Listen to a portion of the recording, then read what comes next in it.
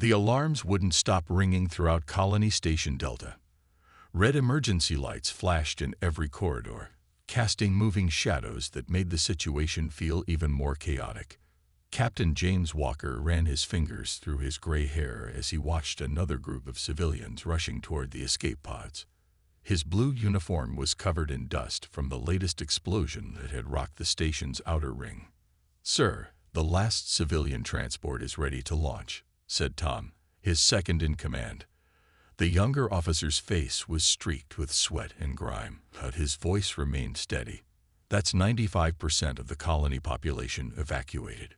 Walker nodded, his eyes fixed on the massive display screen that covered the bridge's main wall.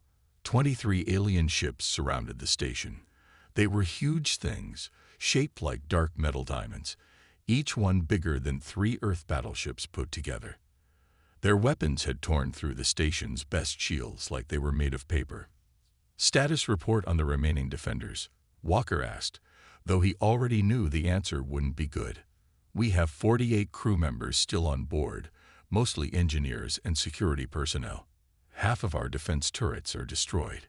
Main power is at 30% and dropping." Tom checked his tablet again. "The good news is that the distress signal is still broadcasting. Someone has to hear it eventually."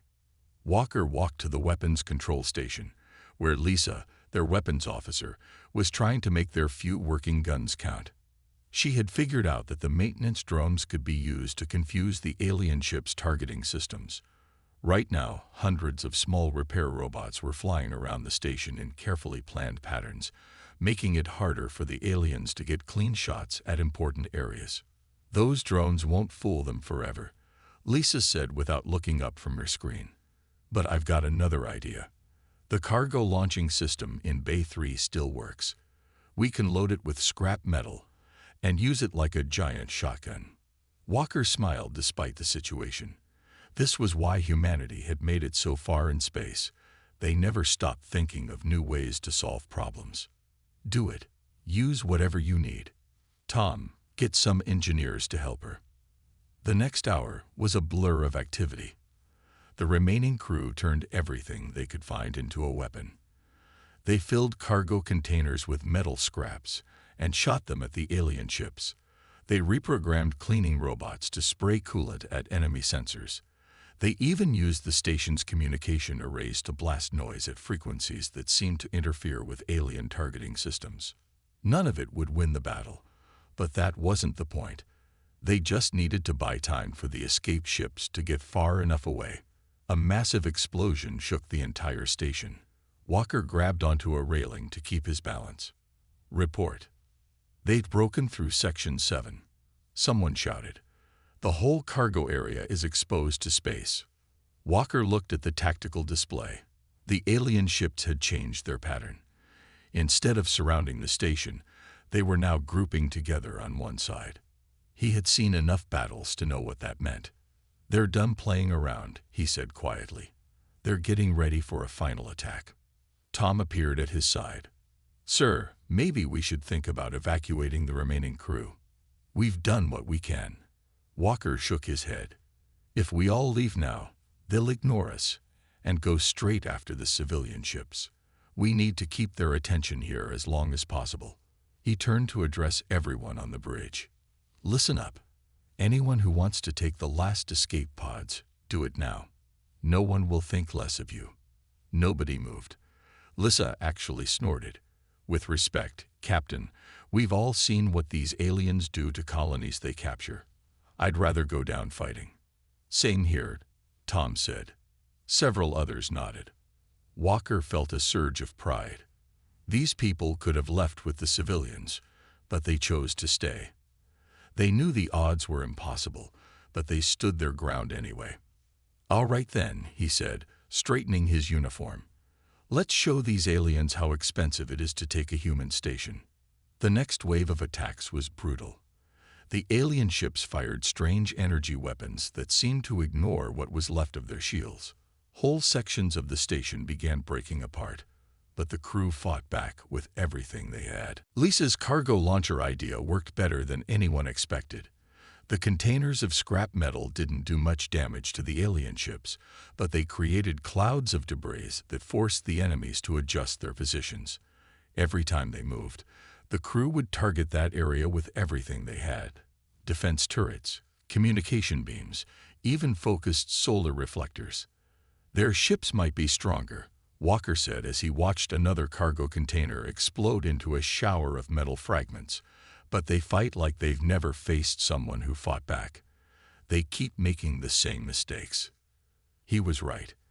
The aliens had better technology, but their tactics were simple. They didn't adapt quickly to new threats.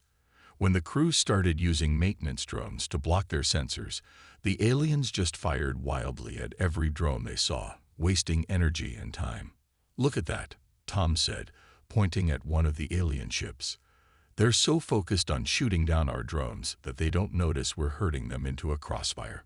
The station's remaining weapons might have been weak compared to alien technology, but when 3 defense turrets caught one of the smaller enemy ships in a crossfire, they finally did some real damage. The alien vessel's surface cracked, letting out a stream of strange green light. The small victory didn't last long. 2 larger alien ships moved forward, their weapons charging up with a visible purple glow. Walker knew this was it, the final attack. "They're targeting our main reactor," Lisa reported. Her voice was calm, even though everyone knew what that meant. Impact in 30 seconds. Walker looked around the bridge at his crew. They were scared, but none of them had run. None of them had given up. They had stayed to protect others, to buy time with their lives. If humanity was going to face these aliens across the galaxy, at least these invaders would remember this day. They would remember that humans didn't just roll over and die. "It's been an honor," Walker said to his crew. "Because of us, thousands of people got away. Whatever happens next, remember that." The purple glow from the alien weapons got brighter. Walker thought about all the distress calls they had sent out. He hoped someone would find their records, learn from this battle, and make sure these aliens paid for every human life they took. The bridge shook as the first purple beam hit the station. Warning sirens blared as more systems started to fail. But through all the noise and chaos, someone shouted something that made everyone freeze. "New contact." Something just appeared at the edge of our sensor range. Walker rushed to the sensor station. "Alien reinforcements." "No, sir," the sensor operator said, eyes wide with surprise. It's one of ours. A human ship. But the design. I've never seen anything like it." Walker looked at the grainy sensor image of the approaching ship. It was definitely human-made. He recognized the basic shape of Earth's warships. But something about it was different. Strange energy readings surrounded it, unlike anything their sensors had ever recorded. "Can we contact them?" he asked. "No, sir. Our communications are dead. But they're moving fast. Very fast. They'll be here in..." The sensor operator never finished his sentence.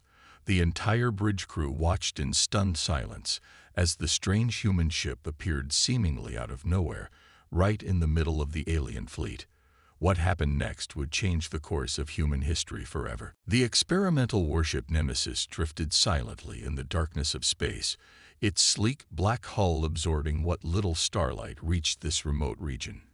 Inside the ship's main bridge, Captain Emily Reed stared at the same error message that had been flashing on her screen for what felt like hours.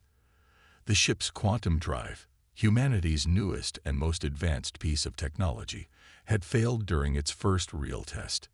"Engineering team reports no change, Captain," said Mike from his communication station. The young officer's voice carried the same frustration everyone felt. "They say the drive is operating perfectly. It's just not operating normally." Reed walked to the large window at the front of the bridge, watching the strange patterns of light that danced around their ship. The quantum drive malfunction had trapped them in some kind of bubble, where time itself seemed to move differently. The ship's clocks said they had been stuck for only 6 hours, but something felt wrong about that. "Show me the long-range scans again," Reed ordered, turning back to face her crew. The main screen lit up with a map of nearby space, showing their position relative to known stations and colonies.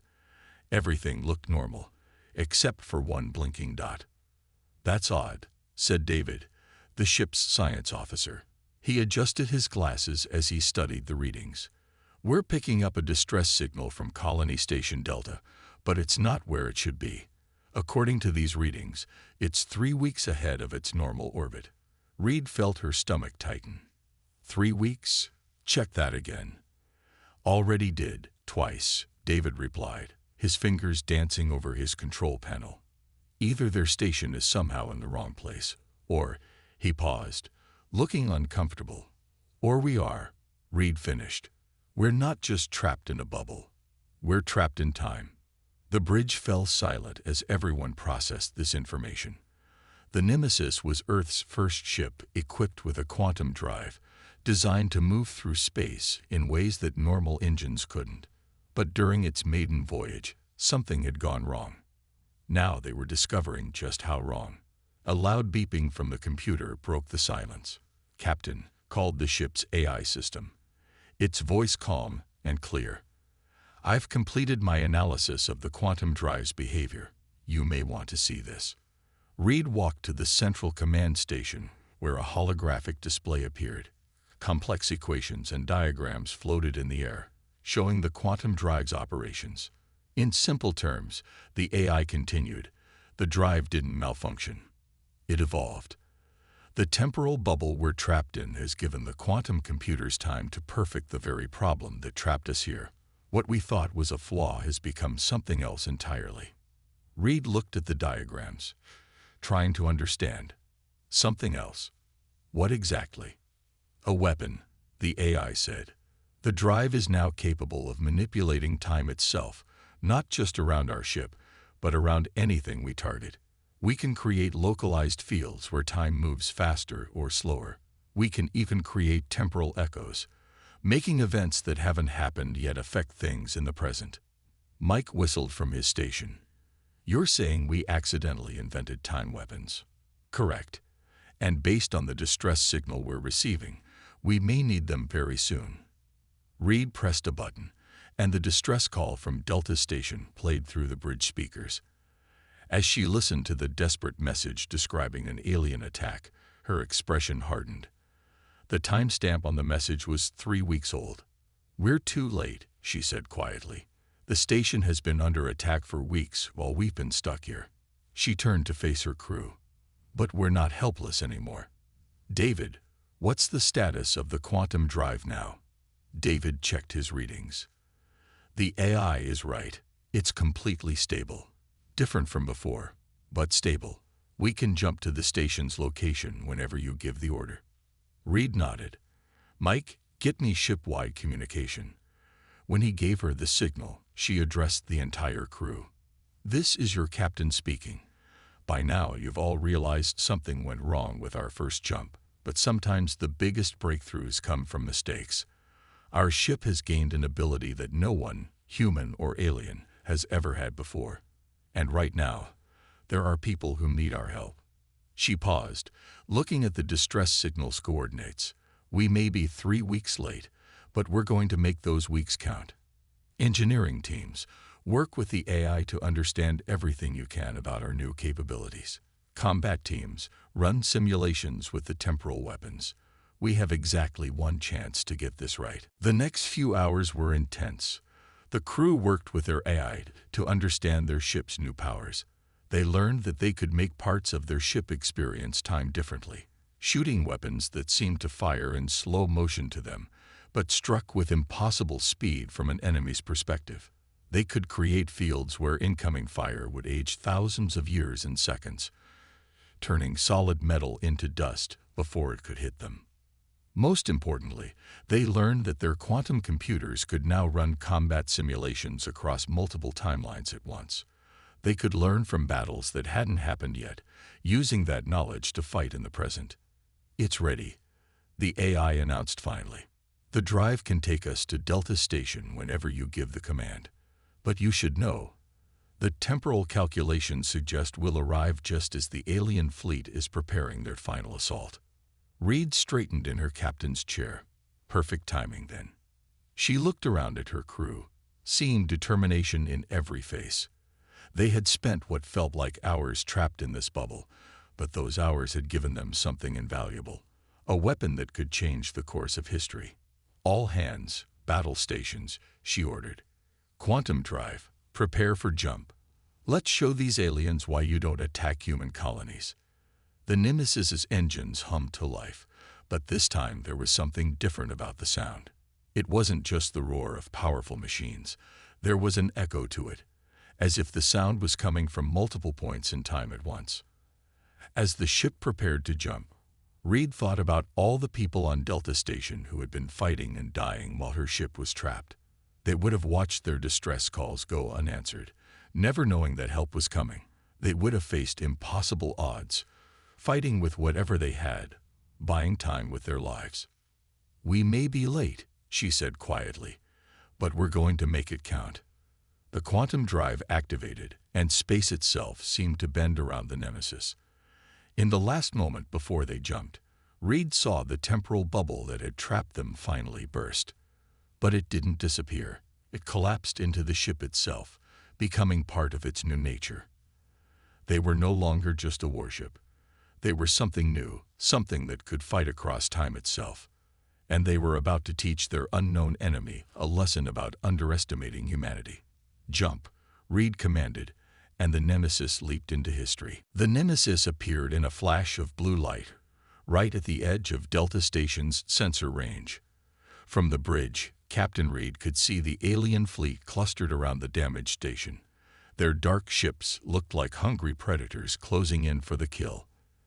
The station itself was barely recognizable. Whole sections were torn open to space, and debris floated everywhere. "They haven't noticed us yet," Mike reported from his station. "Their sensors just marked us as a small human ship. They probably think we're another rescue attempt." Reed nodded. The aliens' overconfidence would be their downfall. Status of the quantum drive. "Ready," the AI responded. "Temporal combat systems are online. The computers have already started running battle simulations across multiple timelines." Through the main window, Reed watched as the alien ships charged their weapons for what they thought would be their final attack on the station.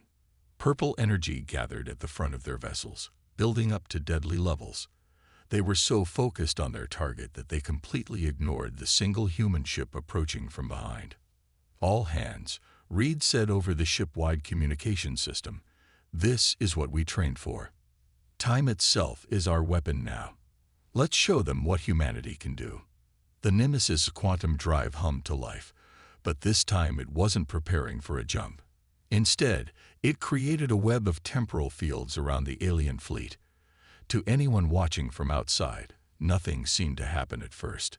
But inside those fields, impossible things were about to occur. "Target the first 3 ships on the left," Reed ordered. "Let's see how they handle fighting across multiple timelines at once." The Nemesis fired its main guns. The energy beams looked normal at first, but as they entered the temporal fields, they split into dozens of copies. Each copy was the same shot from a different possible timeline, all happening at once. The alien ship shields suddenly had to deal with attacks from multiple realities simultaneously. The results were devastating. The first alien ship shields flickered and died as they tried to block weapons fire that was technically coming from several different moments in time. The second ship attempted to dodge, but the temporal field around it meant that its evasive action happened both too slowly and too quickly at the same time. It ended up flying directly into one of its own energy weapons from 2 seconds in the future. "Their weapons are having trouble targeting us," David reported excitedly. "Every time they try to lock on, we're already where we're going to be, not where we are." Reed watched as the alien fleet broke formation, finally realizing the threat behind them was real. But their confusion only made things worse for them. In the temporal fields, their panic from the future was affecting their actions in the present. Ships turned too early to avoid collisions that hadn't happened yet, while others fired at spaces where the Nemesis would have been if it had followed normal physics. They're trying to coordinate their attacks. Mike called out, but their communications are being scrambled by the temporal interference. Each ship is receiving messages from different points in time. The Nemesis moved through the chaos like a dancer, its quantum computers predicting exactly where it needed to be. When alien weapons fire did manage to reach them, the temporal fields aged the energy beams thousands of years in seconds, turning them into harmless light before they could strike the hull. Inside the alien ships, things were even more confusing. Their crews were experiencing time at different rates. On one ship, the captain gave an order that his crew heard 5 seconds before he said it. On another, gunners found themselves firing at after images of the Nemesis, while their targeting computers showed them where the ship would be 10 seconds from now. "Look at their formation," Reed said, pointing at the main screen. "They're not just confused, they're starting to fight themselves." She was right. The alien fleet had broken into chaos. Some ships were firing at empty space, hitting targets that only existed in potential futures. Others were responding to threats from timelines that the Nemesis computers had already eliminated. 2 large alien vessels collided with each other, while both tried to dodge attacks that hadn't been fired yet. The station's remaining crew watched in amazement as the seemingly invincible alien fleet fell apart. Through the Nemesis' temporal fields, they could see ghost-like images of ships overlapping with themselves, each image showing the same ship from a different point in its timeline. "Message from the station," Mike announced. "They're asking what's happening. Should I respond?" Reed smiled. "Tell them help arrived a little late, but we brought something special to make up for it." The Nemesis continued its dance through the alien fleet, each movement calculated across dozens of possible timelines. When alien ships tried to jump away to safety, they found their engines affected by temporal distortions. Some disappeared into space-time rifts, only to reappear seconds later as clouds of ancient dust. "Quantum computers have identified their command ship," the AI reported. "It's the large vessel in the center of their formation. Calculating temporal attack pattern now." Reed leaned forward in her chair. "Show them what happens when they threaten human colonies. Full temporal assault on their command ship." The Nemesis weapons fired again, but this time the temporal effects were concentrated on a single target. The alien command ship found itself trapped in a bubble where time moved differently in each section of the vessel. Its front experienced time normally while its engines lived through years and seconds. The middle of the ship tried to exist in 3 different moments simultaneously. The alien vessel's hull couldn't handle the strain of existing across multiple time streams. It broke apart in a spectacular display, each piece aging at a different rate. Some sections crumbled to dust, while others seemed to reverse their own destruction, only to break apart again in new ways. "The remaining alien ships are retreating," David reported. "Or at least, they're trying to. Their engines aren't working properly in the temporal fields." Reed watched as the alien fleet fell into complete disarray. Ships that had seemed so powerful and unstoppable just minutes ago were now easy targets, unable to coordinate or even move properly through the distorted time around them. "Signal from Delta Station," Mike said. "Captain Walker is asking permission to come aboard. He says he needs to see with his own eyes what just happened." "Permission granted," Reed replied. "Tell him we have a lot to explain about why we were late." As the last alien ships were dealt with, Reed looked at the destruction around them. The Nemesis had turned a hopeless last stand into a victory, not through superior firepower or better shields, but by changing the very rules of combat. They had arrived 3 weeks late to save the station, but those 3 weeks trapped in the temporal bubble had given them exactly what they needed to win. "Send word to Earth," she ordered. Tell them that humanity just changed the rules of space warfare forever. And let them know that these aliens just learned a very important lesson about attacking human colonies." The Nemesis hung in space among the scattered remains of the alien fleet, its temporal fields slowly fading. In just 15 minutes, it had done what an entire defense fleet couldn't do in 3 weeks. It had arrived too late to prevent the attack on Delta Station, but it had arrived just in time to show the galaxy why humanity should never be underestimated. Captain Walker stepped onto the Nemesis's bridge with wide eyes, still trying to process what he had just witnessed through Delta Station's viewing windows. The ship looked normal enough from the inside. Clean white walls, standard control stations, crew members in regular uniforms. But he had just watched it tear apart an alien fleet using weapons that seemed to break the laws of physics themselves. "Welcome aboard, Captain Walker," Reed said, stepping forward to shake his hand. "I apologize for our late arrival." Walker laughed, a sound of both relief and disbelief. "Late? You just destroyed 23 alien warships in 15 minutes. I don't think anyone's going to complain about your timing." The bridge crew smiled at that, but their expressions quickly turned serious as alerts started flashing across their screens. David adjusted his glasses as he studied the readings.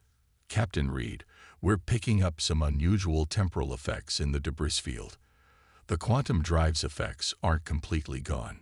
Reed moved to his station, watching as the scattered remains of the alien fleet continued to shift and change. Some pieces of wreckage seemed to age years in seconds, while others appeared to move backward and forward through time in small jumps. The space around Delta Station had become a dangerous mess of temporal distortions. "The temporal fields are collapsing unpredictably," the AI announced. "Each piece of debris trapped in the fields is creating its own small-time distortions.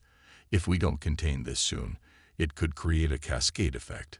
Walker watched as a chunk of alien hull metal floated past the bridge window. It seemed to rust and decay, then suddenly reversed back to its original state, only to decay again in a different pattern. "What exactly are we looking at here?" "Time wounds," Reed explained, her voice grave. "We torn holes in the fabric of space-time to defeat the alien fleet. Now those holes are starting to affect everything around them." She turned to her crew. "Options." Mike spoke up from his station.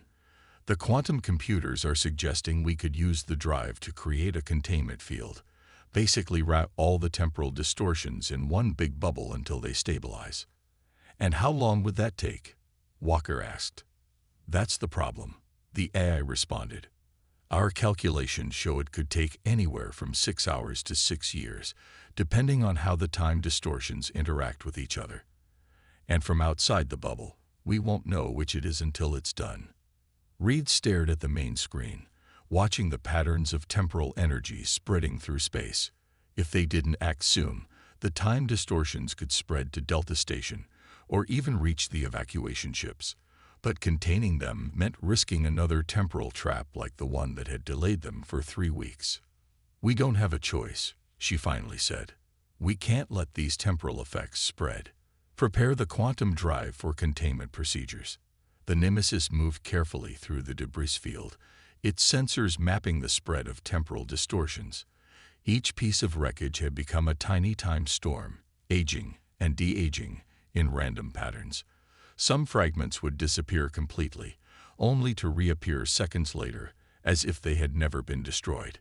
"Look at that," David said, pointing to a particularly large piece of alien hull. The metal was cycling through what looked like hundreds of years of wear and repair in seconds. "Their technology is interacting with the temporal fields in ways we didn't expect. It's like their materials are trying to adapt to the time changes." Walker stepped closer to the screen. "Could they have had their own temporal technology? Something that's only showing up now because of what your weapons did to their ships?" Before anyone could answer, a massive energy spike lit up all their sensors. One of the larger alien ship fragments had suddenly stopped its temporal cycling. Instead of continuing to shift through time, it had frozen in what looked like a perfect moment of its existence, neither destroyed nor whole, but somewhere in between. "That's not possible," Mike said, checking and rechecking his readings. "That piece just stepped outside of time completely. It's not aging forward or backward anymore. It's just existing in all possible states at once." The frozen fragment began to pulse with a strange purple energy, similar to but different from the weapons the alien ships had used. Other pieces of debris started reacting to it, their own temporal fluctuations slowing down and synchronizing with the pulse. The alien technology is adapting, the AI announced, its voice showing unusual concern. It's learning from exposure to our temporal weapons. If this continues, the debris could form a new kind of temporal anomaly, one we don't understand and can't control. Reed didn't hesitate. Begin containment procedures now. We can't let their technology have time to adapt further. The Nemesis quantum drive hummed to life once again, but this time, it wasn't creating weapons. Instead, it began weaving a massive temporal field around the entire debris field. The ship moved in a careful pattern, laying down layer after layer of temporal energy like a net. Containment field at 20%, David reported. The synchronized debris is trying to resist, but our field is holding. Walker watched in fascination as the quantum field became visible to the naked eye, a shimmering barrier of blue energy that bent light in strange ways. Inside the growing bubble, the alien debris continued its impossible dance through time, but now those effects were being contained and controlled. 40%, Mike called out, but power consumption is increasing. The drive is having to work harder to maintain the field. Reed gripped the arms of her captain's chair. Divert power from all non-essential systems. We finish this now, before that alien technology figures out something else new. The Nemesis's lights dimmed as power was redirected to the quantum drive. The containment field grew stronger, its blue energy becoming more solid and defined. But the alien debris wasn't giving up without a fight. The synchronized pieces began to pulse faster, their purple energy fighting against the containment field's blue glow. 60%, David announced. But the temporal readings from inside the field are off the charts. Time itself is being twisted into knots in there. Walker stepped up beside Reed's chair. Your ship did this in the first place.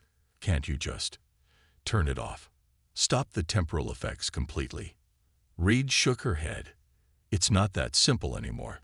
When our weapons hit their technology, something changed. They learned from us, adapted to temporal manipulation. Now we have to make sure that knowledge stays contained. The battle between blue and purple energies continued as the containment field reached 80% completion. The alien debris made one final attempt to break free, all the synchronized pieces pulsing together in a blinding flash of purple light. For a moment, it seemed like the containment field might break. Full power to the quantum drive.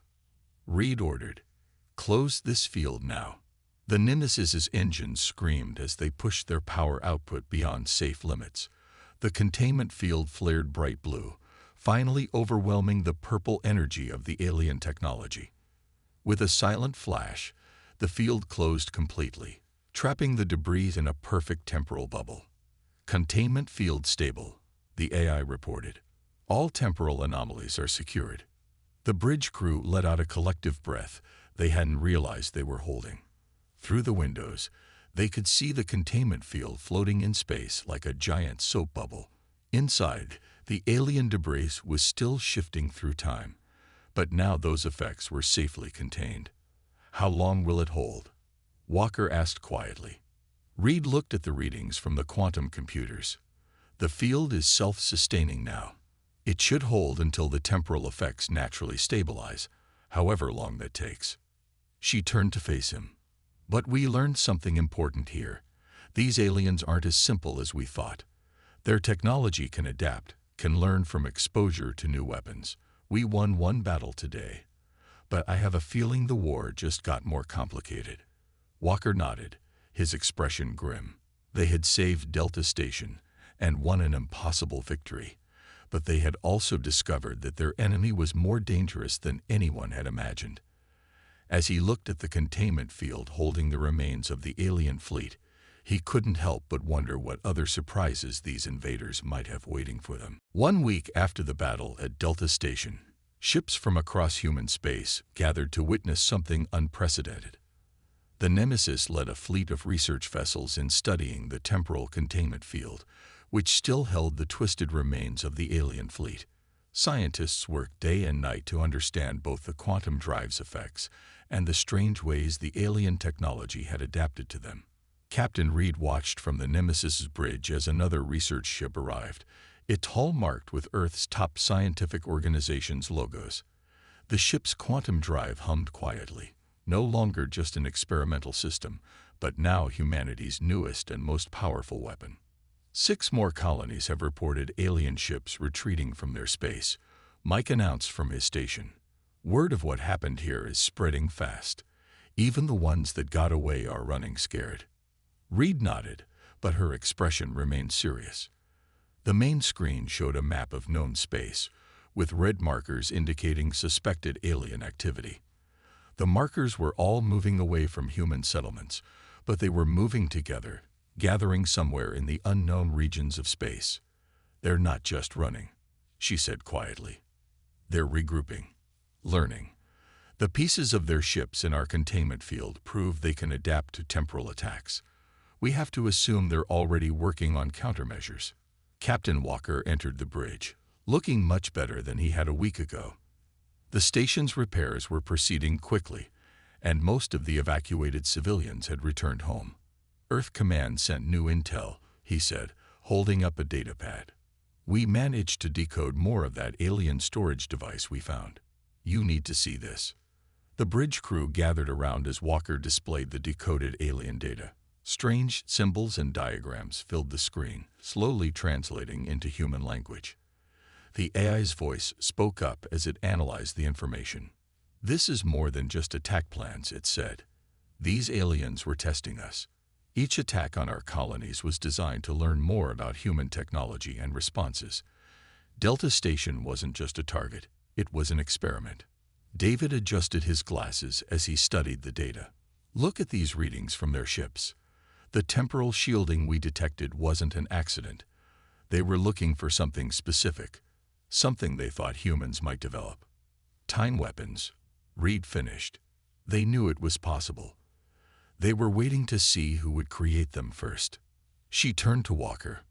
Your station's resistance gave us the time we needed, but it also showed them exactly what they were looking for. A new alert flashed across their screens.